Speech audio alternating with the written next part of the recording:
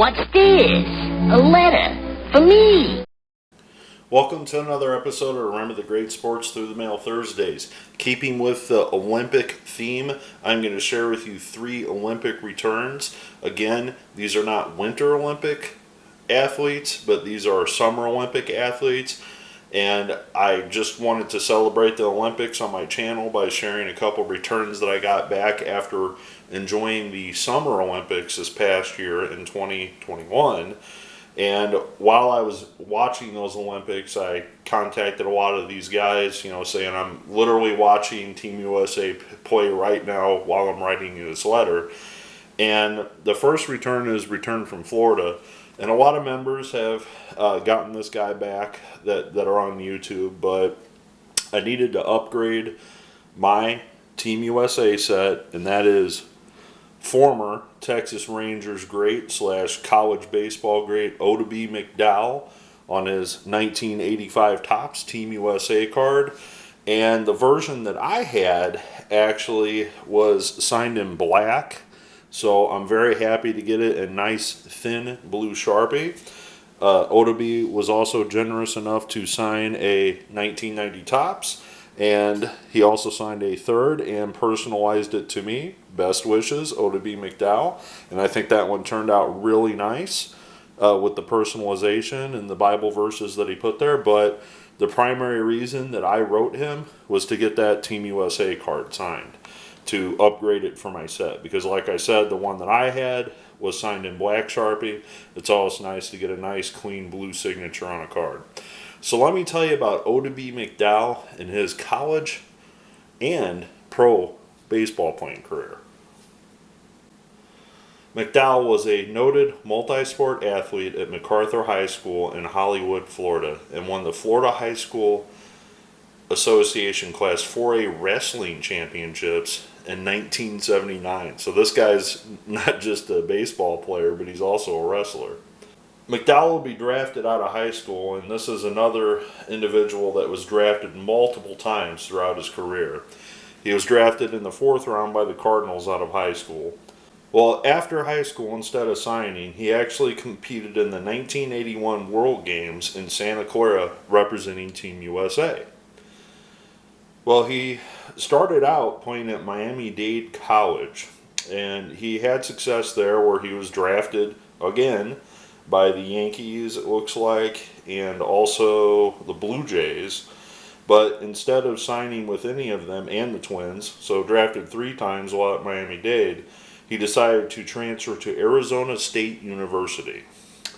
Well, at Arizona State University, he would excel on the diamond. He would become one of the top players in college baseball, and he would actually win the Golden Spikes Award, which is the highest honor in collegiate baseball that one can win, being the top player in college baseball. Well, he was drafted in the 1st round by the Texas Rangers in 1984, but before he turned pro, he played for Team USA on that famous 1984 Olympic baseball team. Well, as many of you know, I did a video on that Olympic team. I definitely encourage you to check that out if you get a chance. I'll link it down below and at the end. And as you're aware, Team USA didn't bring home the gold in 1984, but they did win the silver medal. Well, in 1985, he played only 31 games in AAA once he turned pro for the Texas Rangers. Just 31 games is all that this individual took to get the call to the majors. Well, that same year in 1985, he was called up to the Rangers and placed in their outfield, and he immediately made an impact, stealing 25 bases for the club, hitting 18 home runs his rookie year in 111 games. Well, the next year, in 1986, he would appear in 154 games, improving his batting average to .266, and also stealing 33 bases, but matching his home run total of 18. 1987, he would appear in 128 games for the Rangers, and just hit 14 home runs that year, and his batting average dipped down a little bit as he had a few injury issues. Well, in 1988, he was coming back from an injury, I assume, and he appeared in 120 games for the Rangers that year. His home run production dropped, and after that 1988 season, the Rangers decided to trade him to the Cleveland Indians for Julio Franco and Pete O'Brien. So this is how batting champ Julio Franco became a Texas Ranger. Well, he didn't stay too long in Cleveland. He was not a big fan for playing with the Indians, to say it nicely. And on July 2nd, 1989, the Indians traded him to the Atlanta Braves. Right there, that's him as a Brave. Well, he split the season between Cleveland and Atlanta in 1989. And once he got to Atlanta, he bursted with a .304 batting average, hit 7 home runs, and stole 15 bases. Well, in 1990, the Braves made him a starting outfielder, where he appeared in 113 games. He hit 7 home runs. And after the 1990 season, however, the Braves decided to release him from his contract right before the beginning of the 1991 season. So that's kind of crummy. As you know, the Braves have gone to go to the World Series later that year, but Oddibe was let go right before the season started. He signed with the Baltimore Orioles, did not make it to the majors with them. Instead, spent about half the year in their minor league system, not appearing in a game. In 1992, he would resurface for only a few games with the California Angels. Well, in 1993, he would again sign a minor league deal, and he would spend most of 1993 in Double-A for the Rangers, Double-A now. And then in 1994, he would have a homecoming, and he would spend some time in Triple-A, but would appear in 59 games for the Texas Rangers during that 94 season. Well, as I've talked about many times, that was a strike-shortened season, so that basically ended his playing time for the 1994 season. Well, he actually did pretty well for the Rangers coming off the bench in 1994, but despite this, he did not have a job come 1995 with the Rangers, and instead signed a minor league deal with the New York Yankees. Well, at 32 years old, he just appeared in 14 games for the Yankees that year and decided to retire from baseball as a player. So, post-playing career, Oddibe was inducted into the Collegiate Baseball Hall of Fame in 2011, and he returned to Florida, to Hollywood, Florida, and actually was the head coach, and is the head coach, as far as I know, for his former high school, MacArthur High School. So this says as of 2019. I'm not too sure if Oddibe is still coaching at the high school level, but I would assume that he is. So if you're anywhere near Hollywood, Florida, you could definitely look up MacArthur High School and see if he's still coaching with the team or not. But very happy to add Oddibe to the collection. He's one of those guys that just got to the majors super fast. Obviously, he had some injury issues, and when he was coming back from those injuries, he just wasn't the same player that he was before the injuries, which happens with a lot of players. Another thing that I want to note, and I almost sent the card, but I landed on these instead, but one of my favorite cards of Oddibe is that 1991 scorecard of him basically getting out of the way of a baseball. It almost looks like he's trying to do the limbo, so I'll post a picture of that, but we'll move on to the next one. Alright, so this one is a legend in collegiate baseball. This is one of the greatest coaches in college baseball history. And if you remember my video of me sharing my collection with Team USA autographs that I have, you notice that I didn't have this guy signed yet. And that is former head coach of the 1988 Team USA men's baseball team, Marquess. And Marquess was also the head coach for Stanford, the Stanford Cardinal, for a long time. So let me tell you about Mark and his career in collegiate baseball and also professional baseball. So, born and raised in Stockton, California, he graduated high school from a high school in Stockton and then attended Stanford University from 1965 to 69. He played for the Stanford Cardinal baseball team as a first baseman, but he also played quarterback, split end, defensive back, and punt returner for the Stanford Cardinal football team as well. Selected by the Chicago White Sox in the 25th round of the 1969 draft, Marquess played minor league baseball for the White Sox organization from 1969 to 1973. He also became an assistant coach during the offseason with the Stanford Cardinal. His final year in the minor leagues was with the Iowa Oaks, their AAA affiliate, as a player coach. Well, as I mentioned before, he worked with Stanford during the offseason in 1972, but from 1973 to 76, he was an assistant coach. Well, after Ray Young left, he was promoted to head coach. He was the head coach of the Stanford Cardinals for 41 years. 41. So 41 years of this man's life, he was the head coach of the Stanford Cardinal. He finished his time at Stanford in 2017 with 1,627 wins and 878 losses. Now, how does this fall into Team USA? Well, in 1967, he was a member, as that first baseman from Stanford, on the gold medal winning Pan American Team USA baseball team.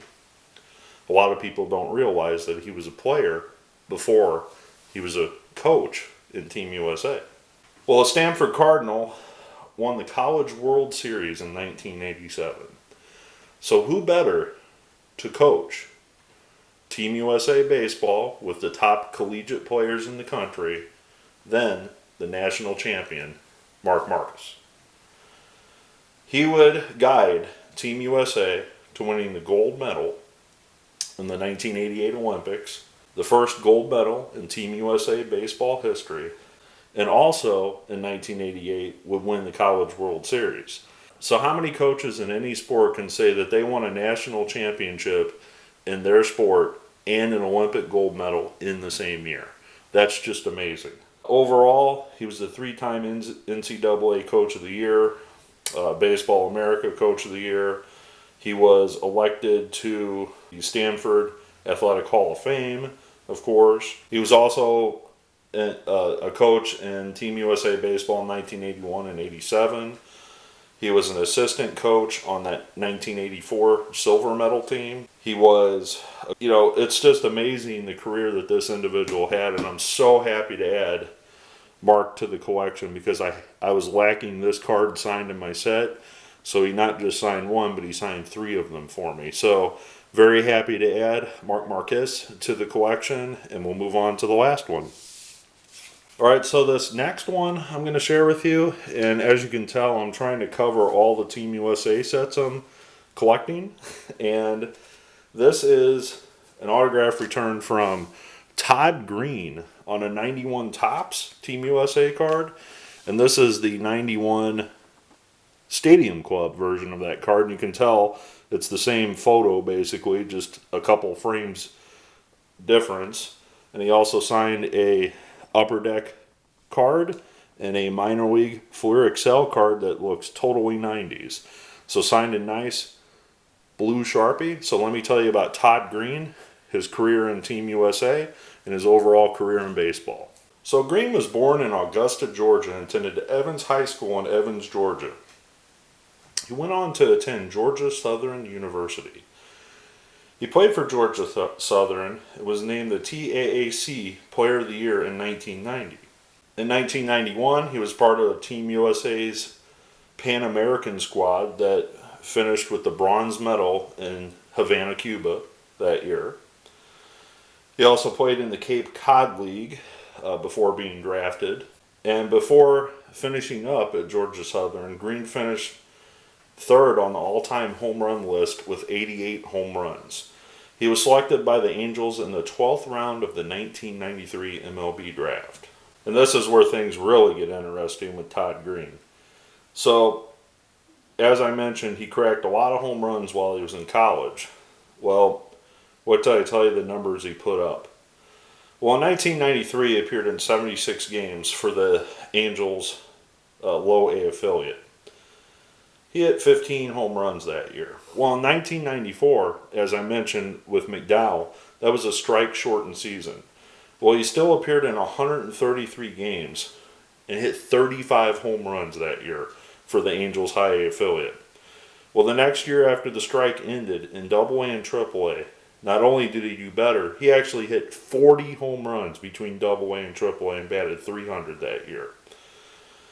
Well, despite this, in 1996, he would start out the year again in AAA to see if this was a fluke or not. But there he responded hitting 305, and he just hit 5 home runs. But on July 30th, 1996, he was called up to the majors to make his major league debut. He finished out the year in 1996 with the club, appearing in 29 games and just hitting 2 home runs, with batting a subpar 190 batting average. Well, 1997, he saw a return to AAA to start the year, but after batting 354 and hitting 25 home runs, he was called up to the Angels for 34 more games in 1997. In 1998, he would just appear in 29 games for the club. I'm assuming there were probably some injuries because he only appeared in less than 100 games the total season. And in the 29 games with the club, he did bat 254 but only hit 1 home run. Well, coming off injury, he appeared in 19 games in 1999, but he would have an excellent year appearing in 97 with the big club, and he would hit a career-high 14 home runs at the major league level. Well, after that 1999 season, this is where things get a little interesting because he kind of became a journeyman after that. He was released by the Angels right before the season started in 2000. He would sign with the Blue Jays as a minor league free agent. And with the Blue Jays, he appeared in 34 games that year with the big club, batting 235, but also spent some time in the minor leagues. Well, here's going into the 2001 season, he would sign with the New York Yankees as a backup catcher / first baseman DH. Well, this is probably one of the most, at this point in his career, at 30 years old, Greene was kind of the backup catcher, fill-in-the-blank type of guy, DH. But after the tragedies of 9/11, Todd Greene was the person that caught former President George Bush's first pitch after the 9/11 attacks. So the one thing that screams patriotism about Todd Greene is this. Not only did he represent Team USA, but he also was on the receiving end of then President Bush during this crisis in America. And if I would have timed this a little better, I would have had these for September 11th. As you know, I did that tribute video about baseball players on 9/11. But at that time, I didn't have this autograph back. I had the card, but if I would have timed this a little better, that would have been a better presentation back in September, but here we are. So after 2001, he bounced around with a couple clubs. He played with the Rangers a couple years, the Rockies a couple years, and his final season was in 2006 with the San Francisco Giants as their backup catcher, appearing in 61 games. He actually batted 289 that year for the Giants and had a pretty decent outing despite, that being his last year. You thought he might have had another shot after 2006. So after being out of baseball for a year in 2008, he became a scout with the San Diego Padres. He also moved on to a position in 2009 with the Tampa Bay Rays. In 2009, after the 2009 season, he became a scout again with the Seattle Mariners. In 2013, he became a special assistant to the general manager with the Diamondbacks. Now, I'm not sure if he's still hanging around in baseball, but it sounds like he's a baseball guy, so I'm assuming he's working with somebody. I don't know if he's still with the Diamondbacks or not. But to wrap this video up, I hope you enjoyed this. I am super excited to get back all these autographs from these former Team USA members on multiple cards. I am collecting this 85 set. I'm collecting the 91 tops, and I'm also collecting the 88 as well. So if you happen to have any of those sets that are signed, please definitely send me an email or send me a message sometime. I hope you enjoyed this video. I hope you're enjoying the Winter Olympics here in 2022. I look forward to your comments below, and as always, happy collecting.